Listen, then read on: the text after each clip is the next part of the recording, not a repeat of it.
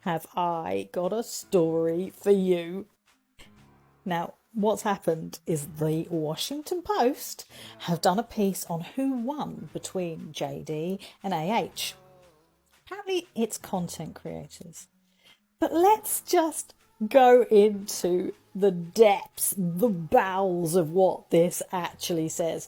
Remember, the Washington Post?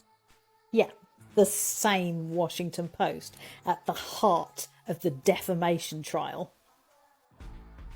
So essentially, what they're doing is saying that a whole bunch of us content creators on YouTube and Twitch and whatever, we all rushed to fill a gap in journalism that the journalists themselves couldn't fill because they were too busy reporting on real news. Take a look. Every large breaking news event in the past year has birthed a crop of online influencers, yada yada yada. When Russia invaded Ukraine, war pages, whatever. Then apparently we are like a bunch of vultures, and we saw a fresh opportunity and to seize and monetize attention.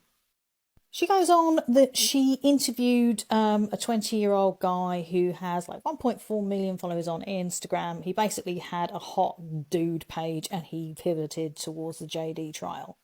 But remember, this guy already had 1.4 million followers, or whatever the number was, so he was already monetizing his content, like, big deal.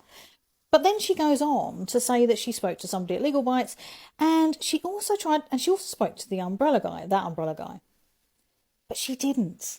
She published this story before she spoke to them, telling everybody that she'd already contacted some creators. Not only that, but she claimed that that umbrella guy made 80,000 in the month because she'd gone into Social Blade and picked out the largest possible number she could find for a content creator of his size.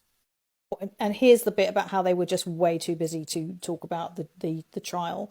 Traditional news outlets prioritise stories such as the leaked Supreme Court draft opinion on abortion, the war in Ukraine, and mass shootings in Buffalo and Texas. It left an opening for online coverage, heaven forbid.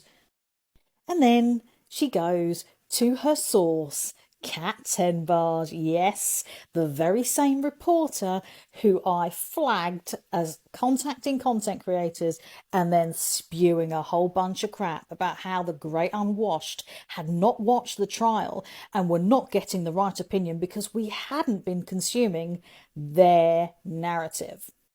But you know what? She's been called out.